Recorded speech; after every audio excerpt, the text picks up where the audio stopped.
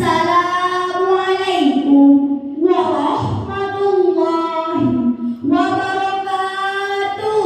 Waalaikumsalam warahmatullahi wabarakatuh. Perkenalkan, saya Sultan Ibrahim Al-Aziz, kelas 5 SD ID Iskandar Muda dari Kecamatan Dewantara. Nama kecamatan yang diambil dari sosok pahlawan pendidikan Indonesia. Izinkan saya pada hari ini ingin mengambil sosok Ki Hajar Dewantara sebagai sumber storytelling pada hari ini. Teman-teman, apakah ada yang sudah pernah mendengar atau membaca tentang kisah Ki Hajar Dewantara? Sudah. Alhamdulillah, maupun sudah atau belum, tidak ada salahnya saya mengulangi kembali.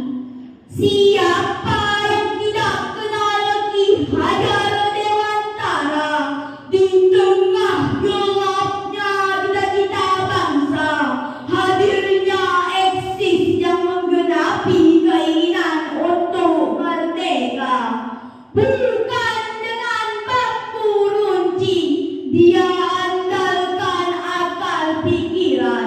Disebutlah sebagai pendidikan yang dijadikan fondasi utama untuk melawan penjajahan.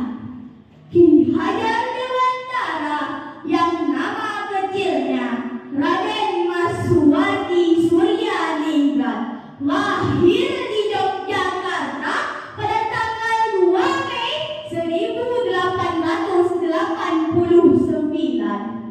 Beliau putra dari Pangeran Suryaningrat dan cucu dari Paku Alam III, salah seorang bangsawan Paku Alaman di Yogyakarta.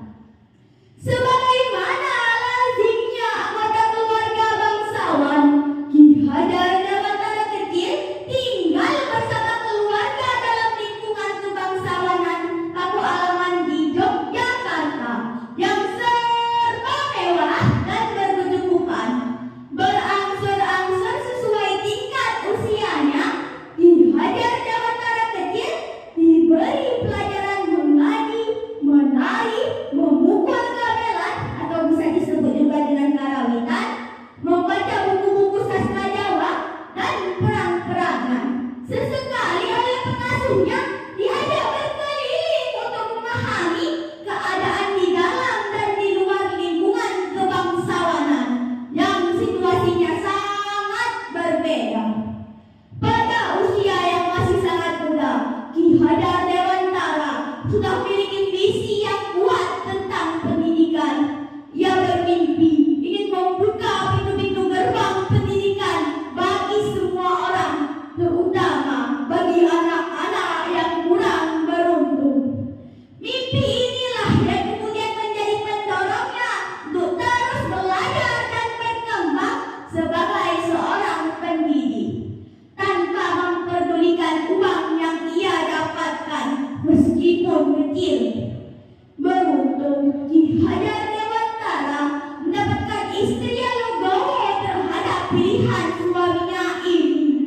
Pernah suatu ketika dalam novel karya Haidar Musyafa tercetus dialog antara Ki Hajar Dewantara dan Sukartinah, istrinya.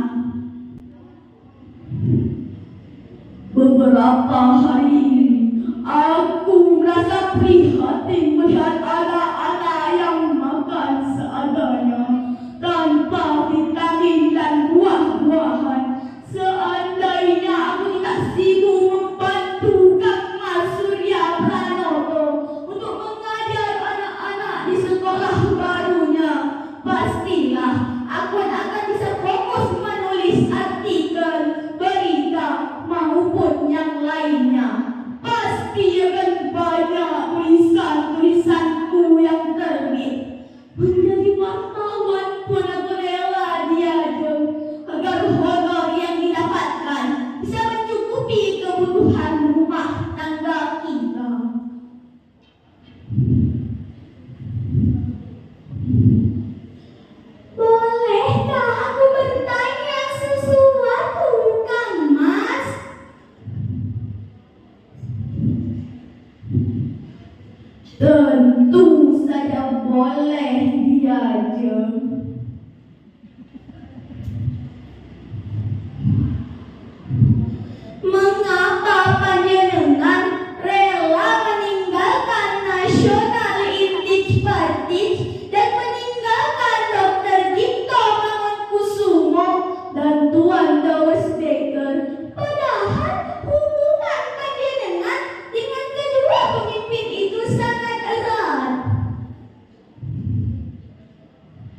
Setelah Indonesia merdeka pada tahun 1945, Ki Hajar Dewantara menjadi pionir dalam dunia pendidikan. Ia mendirikan sekolah-sekolah yang berfokus pada pendidikan bagi anak-anak, terutama mereka yang kurang beruntung.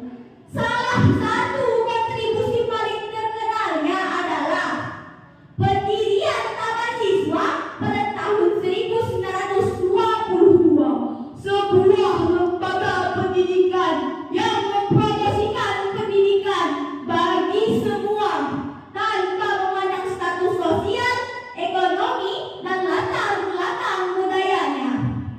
Slogannya yang paling terkenal adalah Inggaso Sungkulada, Ingmadia Bangun Karsa, Kepuri Handayani. Slogan ini telah menjadi panduan bagi pamong atau guru dalam memposisikan dirinya sebagai seorang pendidik yang dapat memberi semangat, memberi teladan, memberdayakan, dan memberi dorongan kepada murid. Oleh karena berbagai perannya tersebut, maka Ki Hajar Dewantara dinobatkan sebagai pahlawan pendidikan Indonesia. Insya Allah, dengan semangatnya Ki Hajar Dewantara, izinkan saya, putra daerah Dewantara, ingin menjadi bagian yang terbaik dari kecamatan ini. Saudara-saudaraku sebangsa dan setanah air, satu kesimpulan yang ingin saya titip di sini. Saya seorang siswa kelas 5 SD IT Iskandar Muda yang menghidupi mimpi setiap hari dari kurikulum Merdeka Belajar. Ada pertanyaan yang senantiasa muncul tanpa bisa ditahan. Benarkah kurikulum kita sudah merdeka? Benarkah jati diri kita sudah merdeka?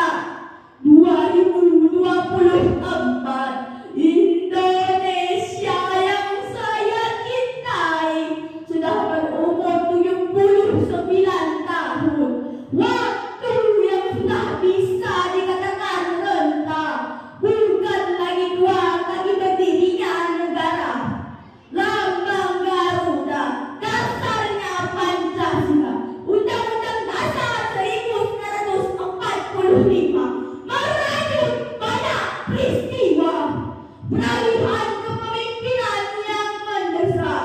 Bung Karno diganti Pak Harto dengan dari keamanan negara. Pembantaian 6 jenderal, 1 perwira, mati 6 jam dalam 1 malam di lubang tak berguna.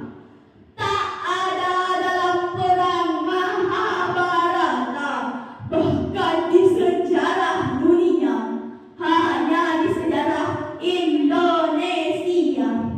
Perjuangan kemerdekaan telah tercatat dalam sejarah. Kita tidak boleh berhenti bergerak dan melangkah. Jika saya boleh memberikan saran, wahai anak muda pembangun bangsa, berikanlah kontribusi terbaik kita pada negeri ini sesuai dengan hadis Nabi Muhammad SAW. Hubbul watani minal iman, cinta tanah air sebagian dari iman. Jangan berpangku tangan, jangan ikut-ikutan menghujat bangsa kita. Jangan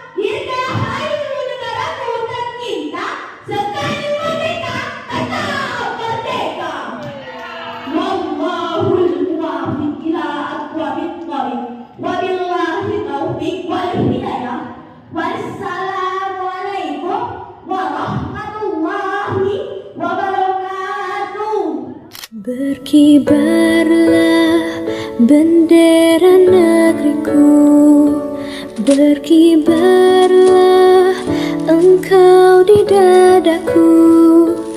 Tunjukkanlah kepada dunia